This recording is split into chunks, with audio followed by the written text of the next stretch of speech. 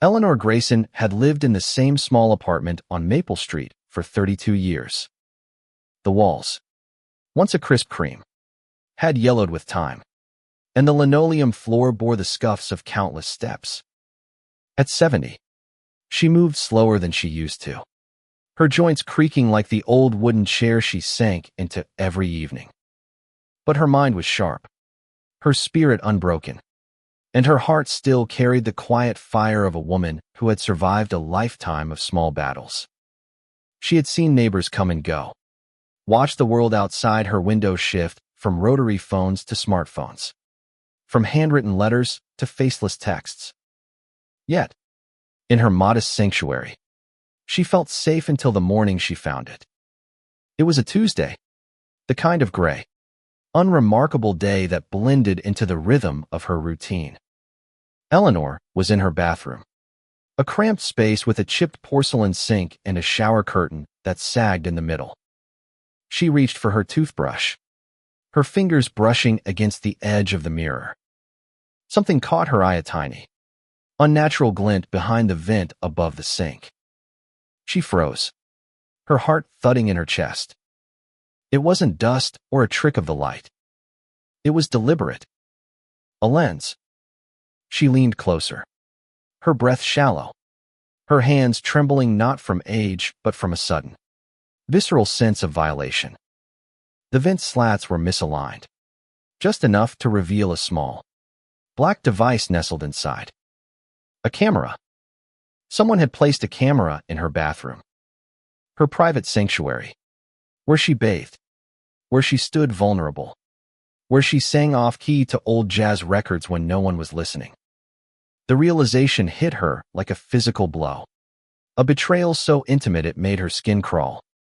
Eleanor's first instinct was to rip the vent cover off, to tear the thing out and smash it. But she stopped herself. Whoever did this wasn't just some petty thief or prankster. This was calculated. This was personal. She forced herself to step back, her mind racing. Who could have done this? The landlord, Mr. Kessler, with his greasy smile and wandering eyes. The maintenance man, Tony, who always lingered too long when fixing her pipes. Or someone else entirely, someone she hadn't even considered. She wrapped her robe tighter around her, as if it could shield her from the invisible eyes that had already seen too much. Her apartment, her home, felt alien now, its familiarity tainted.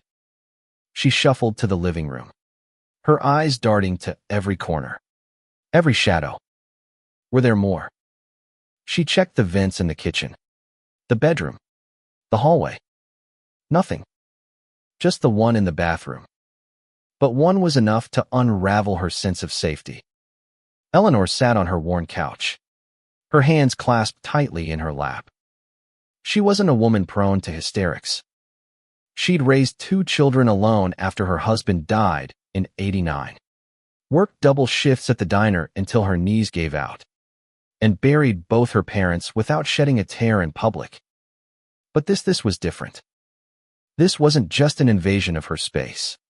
It was an assault on her dignity, her humanity. She thought of calling the police. But what would they do? A camera in an old woman's bathroom wasn't exactly a high-priority crime. They'd take a report, maybe send someone to look, and then it would be her word against whoever planted it. No, she needed evidence. She needed to know who was behind this and why. And then, she promised herself, she would make them pay. Eleanor spent the rest of the day pretending nothing was wrong. She went to the grocery store, smiled at the cashier, and bought her usual loaf of rye and a carton of milk. But her mind was elsewhere, piecing together a plan. She remembered her grandson, Liam, a tech-savvy 20-something who worked freelance as a coder. He'd know what to do. She called him, keeping her voice steady, and asked him to come over the next day. Just a little tech help. Sweetheart, she said, not wanting to alarm him yet. That night, she barely slept. Every creak of the building, Every hum of the radiator felt like a threat. She kept her bedroom door locked, a kitchen knife on her nightstand. The camera was still there, watching, but she wouldn't give whoever was behind it the satisfaction of seeing her break. When Liam arrived the next morning, his lanky frame filling the doorway, Eleanor felt a flicker of hope. He had his mother's eyes, her daughter, Sarah, but a restless energy all his own. "What's up, Gran?" he asked, slinging his backpack onto the couch. She led him to the bathroom without a word, pointing at the vent. His easy smile faded as she explained what she'd found. "Jesus, Gran," he whispered, climbing onto the sink to get a closer look. "This is messed up." He pried the vent cover off with a screwdriver from his bag, revealing the tiny device wired into place. It was sleek, professional, not some cheap toy. Liam's face hardened. "This isn't a prank. Someone meant business." He took photos of the camera, careful not to touch it, and promised to dig into it. "I know some guys who can trace this kind of tech," he said. "We'll figure out who did this." Eleanor nodded, her jaw tight. She didn't just want to know who. She wanted them exposed, humiliated, the way they'd tried to humiliate her. As Liam left, promising to return with answers, Eleanor sat back on her couch, her eyes fixed on the bathroom door. The fire in her chest burned brighter now, fueled by anger and resolve. Whoever did this thought they could prey on an old woman, thought she was weak, invisible. They were wrong. Eleanor Grayson was no victim. She was a fighter, and she was just getting started. Liam returned the next day with a friend in tow, a wiry young man named Marcus who wore thick glasses and carried a laptop that looked like it had seen better days. Eleanor welcomed them with tea, her hands steady despite the storm inside her. She watched as they set up in her living room, their fingers flying across keyboards. Their conversation a jumble of terms she didn't fully understand: IP addresses, signal tracing, dark web marketplaces. But she trusted Liam, and Liam trusted Marcus. And that was enough for now. Marcus examined the photos Liam had taken, his brow furrowed. "This is a high-end model," he said, adjusting his glasses. "Wireless, motion-activated, streams directly to a server. Whoever set this up wasn't messing around."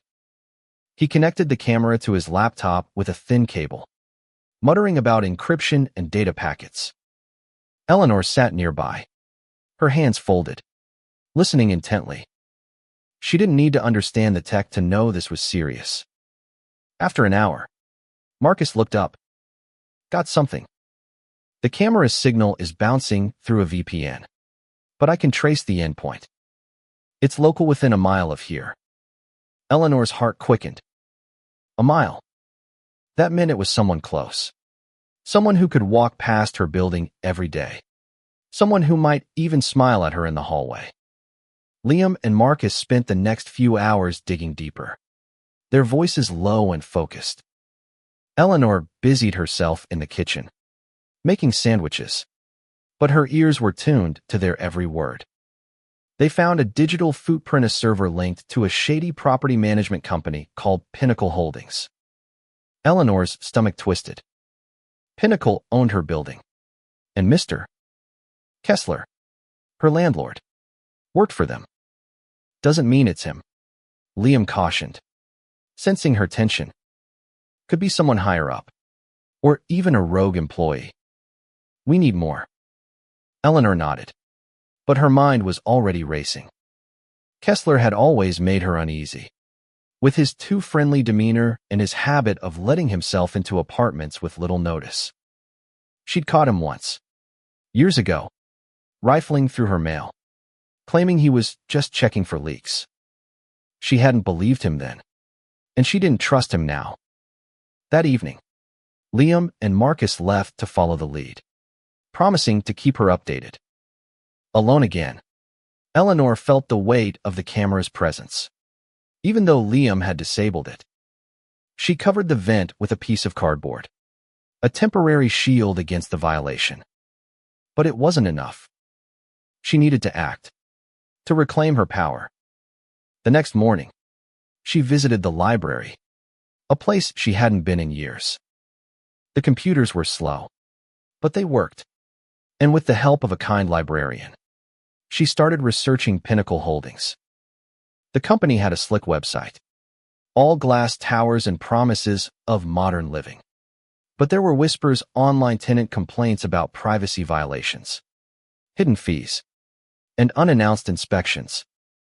One post, buried in a forum, mentioned security upgrades that sounded suspiciously like surveillance. Eleanor's blood ran cold. Was this bigger than just her? She printed the posts and tucked them into her purse, her resolve hardening. Back home, she called her old friend Dorothy, a retired journalist who still had contacts in the local news scene. Dorothy was 82, sharp as a tack, and fiercely protective of Eleanor. Over coffee, Eleanor told her everything, her voice steady but thick with emotion. Dorothy's eyes narrowed.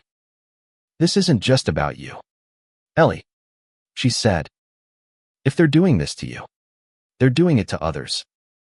We need to blow this wide open." Dorothy promised to reach out to a reporter she trusted, someone who could dig without tipping off Pinnacle. Eleanor felt a spark of hope, but also a gnawing fear. What if they were watching her now? Not just in her bathroom, but everywhere. She checked her apartment again, this time with a flashlight, peering into every crevice. She found nothing, but the paranoia lingered. When Liam called that night, his voice was tense. "Gran, we've got a name. Kessler's involved, but he's not the mastermind." The signal traces to a guy named Victor Crane, a tech contractor for Pinnacle. He's got a rap sheet fraud, wiretapping, the works. Eleanor's grip tightened on the phone. Victor Crane, a name to put to the violation. She didn't know him, but she would make sure he knew her. Liam promised to keep digging, but Eleanor was already thinking ahead. She wasn't just going to catch them. She was going to expose them, make them feel the shame they'd tried to inflict on her. She thought of the news, the headlines, the faces of men like Crane and Kessler plastered across every screen. The idea lit something fierce inside her, a fire she hadn't felt in years. Eleanor woke with a clarity she hadn't felt in years. The violation still burned, but it had transformed into something else, a purpose. She wasn't just fighting for herself anymore. If Pinnacle Holdings was bold enough to put a camera in her bathroom, they were likely doing it to others, preying on the vulnerable, the elderly, the people society overlooked. She wouldn't let them get away with it. She called Liam first thing, her voice firm. "I want to catch them in the act," she said. "Not just Crane, but the whole operation." Liam hesitated, worried about her safety, but Eleanor was resolute. "I've lived through worse than this, sweetheart. They don't get to win." Liam and Marcus devised a plan. They'd use the camera's own signal against it, hacking into its feed to see where it was streaming. If they could access the footage, they could find out who was watching and what they were doing with it. But it wasn't enough to stop there. Eleanor wanted more. She wanted the world to see what Pinnacle was doing. She wanted their shame broadcast to every corner of the country. Dorothy's reporter friend, a tenacious woman named Rachel Nguyen, agreed to meet. Over lunch at a quiet diner, Eleanor laid out the story, her hands steady as she passed over the forum printouts and Liam's photos of the camera. Rachel's eyes widened, but she didn't flinch. "This is big," she said, scribbling notes. "If we can prove Pinnacle's running a surveillance racket, it's not just local news. It's national." Rachel suggested setting up a sting. If they could catch Crane or Kessler accessing the feed, they'd have hard evidence. But it would take time. and Eleanor would have to keep living in her apartment, knowing the camera was there. The thought made her stomach churn, but she agreed. She'd play the part of the unsuspecting tenant a little longer if it meant bringing them down. Back home, Eleanor felt the walls closing in. She avoided the bathroom as much as she could, using the sink in the kitchen to wash her face, brushing her teeth in the bedroom. Every glance at the bathroom door reminded her of the lens, cold and unblinking. But she channeled her anger into action, meeting with Liam and Marcus daily to track their progress. Marcus had managed to hack into the camera's feed, and what he found was worse than they'd feared. The signal wasn't just going to a single server, it was feeding into a network, a hub that likely connected to other cameras in other apartments. "They're watching dozens of tenants," Marcus said, his voice tight. "Maybe more." Eleanor's heart sank. Her neighbor's Mrs. Alvarez, who used a walker. Mr. Patel, who lived alone. The young couple on the third floor, were they all being spied on? Liam's face was grim. Crane's the tech guy? But someone's paying him. Pinnacle's got a whole system, cameras, servers, maybe even selling the footage. The idea made Eleanor's skin crawl. Selling her privacy, her vulnerability, like it was nothing more than a product. She thought of the years she'd spent building a life, raising her children, surviving loss, only to have it reduced to a voyeur's entertainment. The sting took shape over the next few days. Marcus planted a dummy signal in the camera, making it look like it was still active while feeding fake footage to the server. Meanwhile, Rachel worked her contacts, lining up a news segment with a local station willing to take the risk. Eleanor's role was simple but excruciating: keep living her life. Act normal. Give them no reason to suspect she was onto them. One evening, as she sat knitting on her couch, there was a knock at the door. It was Kessler, his smile as oily as ever. "Just checking in, Mrs.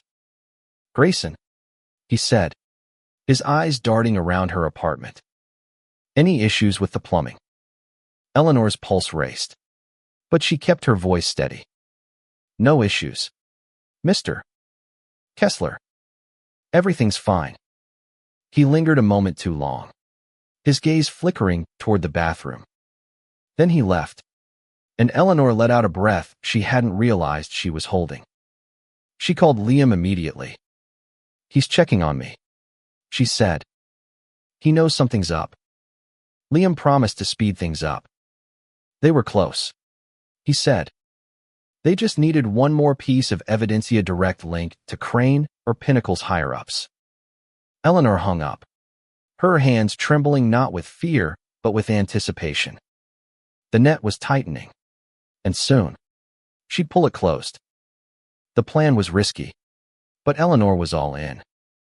She'd spent too many nights lying awake, imagining the faces behind the camera, their smug certainty that they'd never be caught. Now, she was ready to turn the tables. Liam and Marcus had pinpointed the server's physical location, a nondescript office building downtown, leased by Pinnacle Holdings. They'd also intercepted emails between Crane and an unknown executive, discussing tenant monitoring and data packages. The language was cold, corporate, as if Eleanor and her neighbors were nothing more than assets to exploit. Rachel's news team was ready to move. They'd secured a van with surveillance equipment, ready to film Crane or Kessler accessing the server. But the key was timing. They needed to catch them in the act, with undeniable proof. Marcus suggested baiting them leaking a fake maintenance request from Eleanor's apartment, something that would force them to check the camera feed. Eleanor agreed, though the thought of inviting them into her space again made her stomach twist. She filed the request through Pinnacle's online portal, reporting a leaky pipe in her bathroom. Within hours, Kessler responded, promising to send someone the next day. Eleanor's heart pounded as she read the email. This was the moment they'd been waiting for. She called Liam, who was already in position with Marcus and Rachel, monitoring the server from a coffee shop across from Pinnacle's office. The next morning, Tony, the maintenance man, arrived. Eleanor watched him closely as he fiddled with the pipes under her sink, his movements nervous, his eyes avoiding hers. She kept her demeanor calm, chatting about the weather, but her mind was on the camera. Was he checking it? Was he part of it? When he left, muttering about a follow-up visit, Eleanor called Liam. He didn't touch the vent, she said, but he was jumpy. Liam's voice was tense.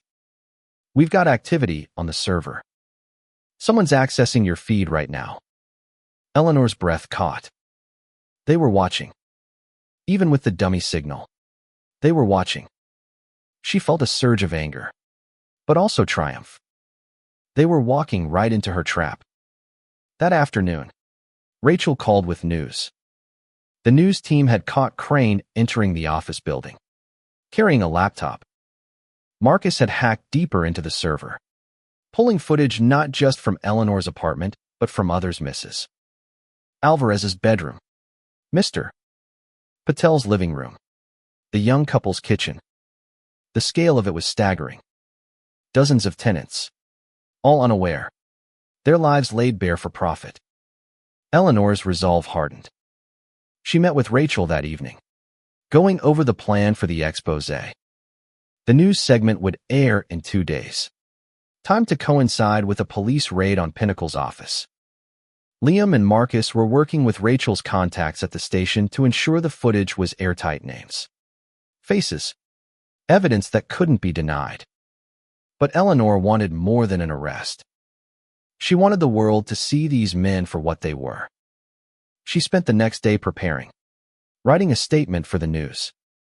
Her hands shook as she typed, not from fear, but from the weight of what she was about to do. She wasn't just speaking for herself, she was speaking for every tenant, every person who'd been violated, every soul who thought they were too small to fight back.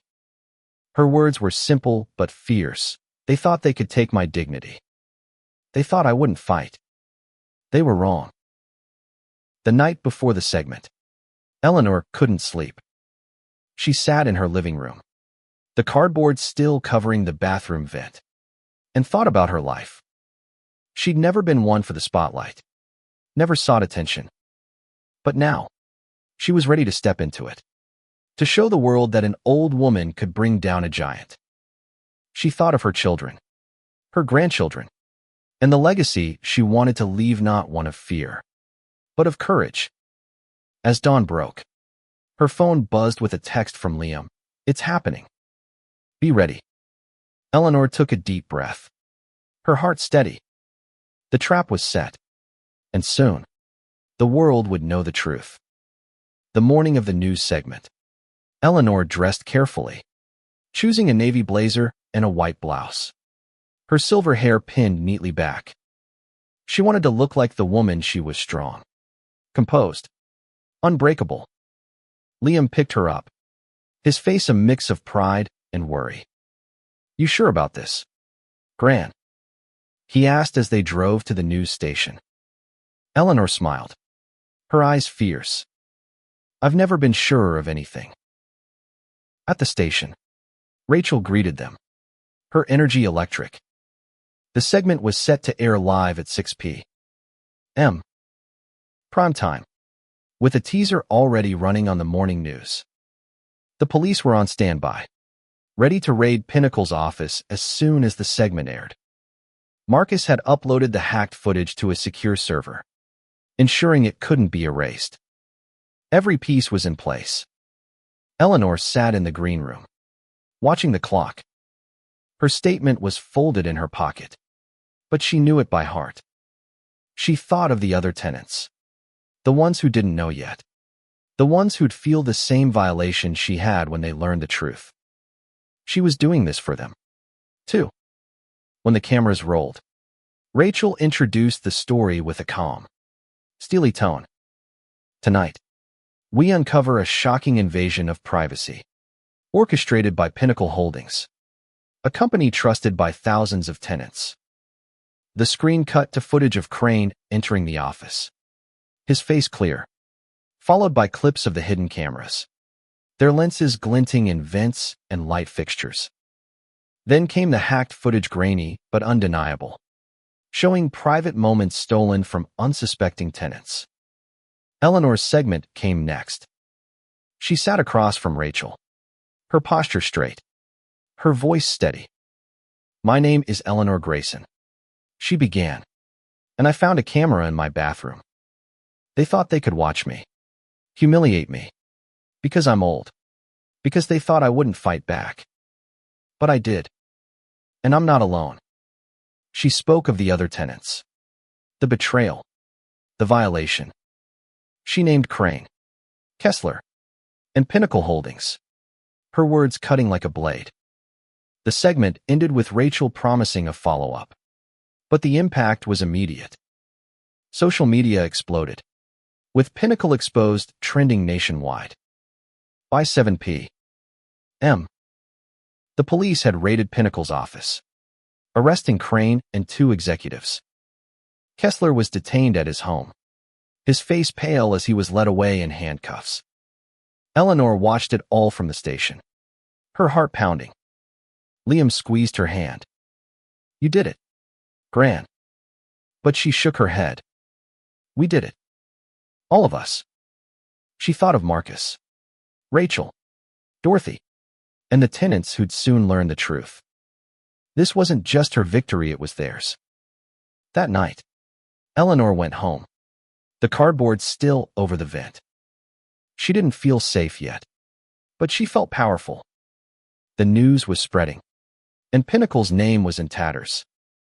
She sat on her couch, a cup of tea in her hands, and allowed herself a small smile. They'd tried to break her, but instead, she'd broken them. In the days that followed, Eleanor's life changed in ways she hadn't expected. Reporters called, wanting interviews. Neighbors knocked on her door, some in tears, others in awe, thanking her for speaking out. Mrs. Alvarez hugged her tightly, whispering, "I didn't know. Ellie, I didn't know." Mr. Patel brought her a homemade curry, his eyes shining with gratitude. The young couple from the 3rd floor left a note, promising to join the lawsuit forming against Pinnacle. The fallout was swift. Pinnacle Holdings filed for bankruptcy, its reputation destroyed. Crane and the executives faced charges of wiretapping, invasion of privacy, and racketeering. Kessler, it turned out, had been a pawn, following orders for a cut of the profits. The footage, mercifully, hadn't been sold widely. Most of it was still on Pinnacle's servers, now in police custody. But the violation lingered, a wound that would take time to heal. Eleanor became a reluctant hero. She gave one more interview, this time to a national outlet, her voice steady as she spoke about dignity, resilience, and the power of standing up. "Age doesn't make you weak," she said. "It makes you wise. And wisdom is a weapon." The quote went viral, printed on t-shirts, shared across social media. Eleanor found it both humbling and surreal. She started a tenants group, meeting weekly in the community center. They shared stories, planned legal action, and rebuilt the trust that Pinnacle had shattered. Eleanor wasn't a leader by nature, but she found herself at the head of the table, her quiet strength a beacon for others. Liam and Marcus helped set up a website, documenting the case and offering resources for others who might be facing similar violations. One evening, as Eleanor sat in her apartment, the bathroom vent now bare and harmless, Dorothy stopped by. They shared a bottle of wine, toasting to justice. "You're a force, Ellie," Dorothy said, her eyes twinkling. Eleanor laughed, a sound she hadn't heard from herself in months.